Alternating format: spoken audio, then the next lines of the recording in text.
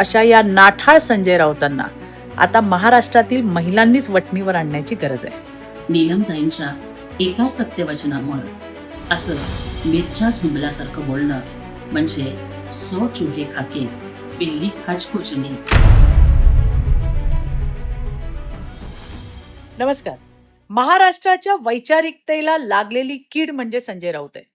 संविधानक पदावर असणाऱ्या नीलमताई गोऱ्हे त्यांचं संविधानिक पदही जाऊ द्या, पण एका महिलेबद्दल इतक्या घाणेरड्या भाषेत हे संजय राऊत बोलतात.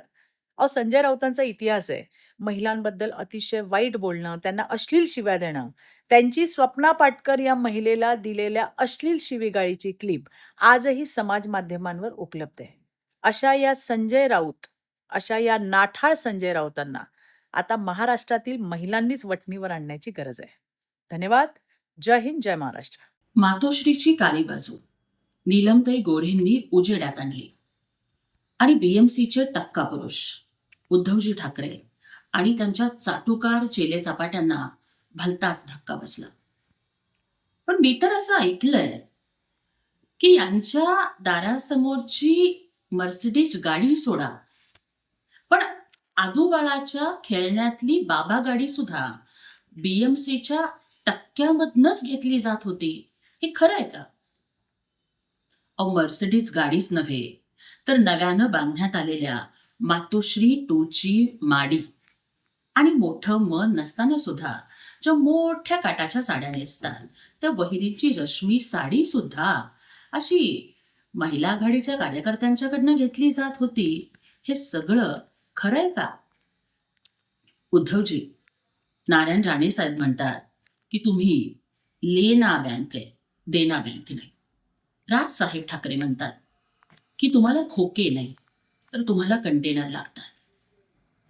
तुमच्याच पक्षातले अनेक कार्यकर्ते तिकिटांच्या दलालीचा आरोप ह्या तुमच्या नेत्यांवर करतात की एखाद्या सिनेमा थिएटरच्या बाहेर उभं राहून 100 का 200 म्हणत सिनेमाची तिकीटं काळ्या बाजाराने विकावी, त्या पद्धतीनं तुमच्या पक्षाची तिकीटं ही दलाली करून लिलाव लावून विकली गेली हा आरोप करून अनेक निष्ठावंत कार्यकर्ते तुम्हाला सोडून जाते, तरीही तुमचे डोळे उघडत नाहीयेत का?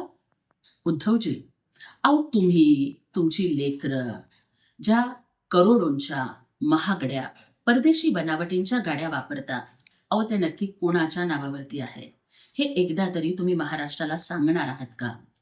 महाराष्ट्रातलं ऊन वाढलं की तुम्ही ज्या गुलाबी थंडीचा आस्वाद घेण्यासाठी लंडन सारख्या ठिकाणी जाता, तिथल्या तुमच्या प्रॉपर्ट्या ह्या कशावर उभ्या झाल्या, तुमच्या उत्पन्नाचे सोर्सेस काय आहे याची माहिती आपण महाराष्ट्राला देणार आहात का?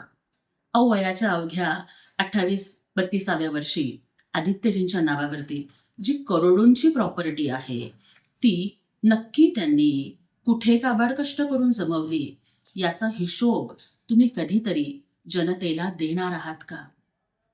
हिंदुहृदय सम्राट बाळासाहेब ठाकरेंनी शिवसैनिकांच्या सुख दुःखामध्ये त्यांना आपलंसं करून, त्यांना आधार देऊन, त्यांच्या पाठीचा कणा ताठ करून ही शिवसेना बांधली. आणि उद्धवजी, तुम्ही मात्र गाडी, माडी, साडी यामध्येच अडकून राहून या शिवसेनेचं काय केलंय हे अंतर्मुख होऊन कधीतरी स्वतःच्या मनाला विचारा. आणि आज नीलमताईंच्या एका सत्यवचनामुळं असं मिरच्या झुंबल्यासारखं बोलणं म्हणजे 100 चूहे खाके बिल्ली हजको चली असंच तुमचं झालेलं आहे.